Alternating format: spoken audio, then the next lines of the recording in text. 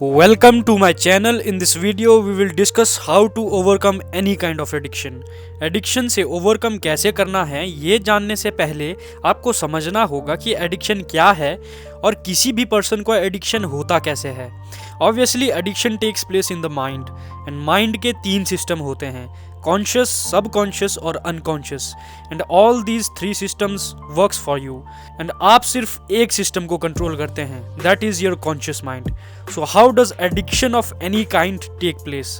जब आप कॉन्शियसली कुछ भी करना शुरू करते हैं तो वो एक्टिविटी के करने से जो कुछ भी आपका माइंड एक्सपीरियंस करता है वो आपके कॉन्शियस, सबकॉन्शियस और अनकॉन्शियस में रजिस्टर होने लगता है। It gets registered in all 3 of your systems. When you continue doing the same thing, it transforms into a habit. Addiction is basically a habit gone out of your control. Habits अच्छी या बुरी हो सकती हैं, पर addiction हमेशा खराब होता है, क्योंकि एडिक्शन हमें खराब हैबिट्स की वजह से ही होता है।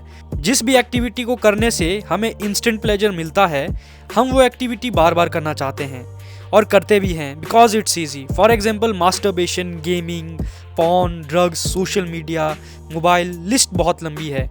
We never say that I am addicted to exercise, I am addicted to reading, क्योंकि ये चीज़ें इंस्टेंट प्लेजर नहीं देती। We human beings by nature are lazy, इसलिए हम प्लेजर पाने के लिए सबसे आसान तरीके ढूंढते हैं और फिर हमें उनका एडिक्शन हो जाता है।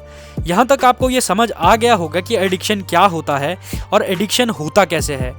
Next, we will discuss that once we become addicted to something, why is it impossibly hard for us to undo it? इसके basically 3 reason हैं. Reason number 1 is pleasure. Since all this activity basically takes place in the mind, you need to understand something about it.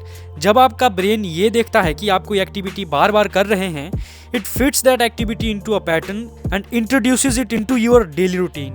Now this is where pleasure become a game changer. So whenever you experience a burst of pleasure or happiness, there is a release of hormones in your brain. अगर addiction एक ऐसी habit है जो आपके control से बाहर हो गई है, it means you are abusing the short term pleasures by repeating them. Technically इसका मतलब ये हुआ that you are abusing the release of hormones in your brain and your brain is taking that abuse into account, जिसकी वजह से आप उस activity को डेली बार बार करना चाहते हैं। And that is why you don't realise you have become an addict until it starts to have serious consequences. Different people are addicted to different things. पर इन सभी तरह के एडिक्शंस को जो धागा जोड़ता है वो है short term pleasures. This is why it is super hard to be addicted to working out or reading or studying as compared to watching porn, chatting on Facebook, WhatsApp, browsing through different social medias. दूसरा reason जिसकी वजह से addiction को quit करना मुश्किल हो जाता है, that is denial. बहुत सारे लोग ये एक्सेप्ट नहीं कर पाते कि उन्हें किसी चीज़ का एडिक्शन है। वो दूसरों से तो झूठ बोलते ही हैं पर खुद से भी झूठ बोलते हैं। फॉर एग्जाम्पल कोई पहली बार सिर्फ 1 टाइम एक्सपीरियंस के नाम पे थोड़ा सा ड्रिंक कर लेता है और उसे मज़ा आता है, लेकिन वो इंसान समझता है कि वो एडिक्टेड नहीं हो सकता।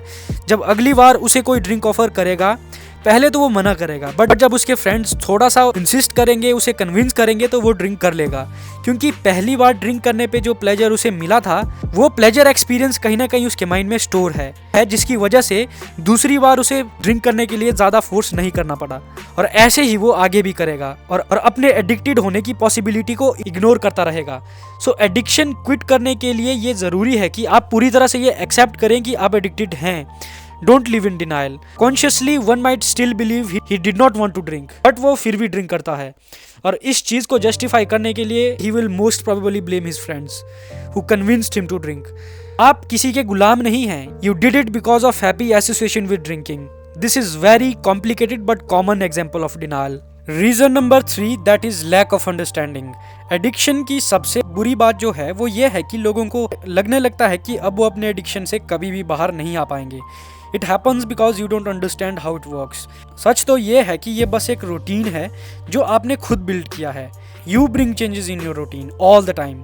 ये बात बहुत सारे लोगों को नहीं पता होती और ना कोई बताने वाला होता है. That's why you are getting forced by your own brain for that dose of pleasure. You think there is no solution. नहीं, ऐसा नहीं है. डेफिनेटली इसका सोल्यूशन है.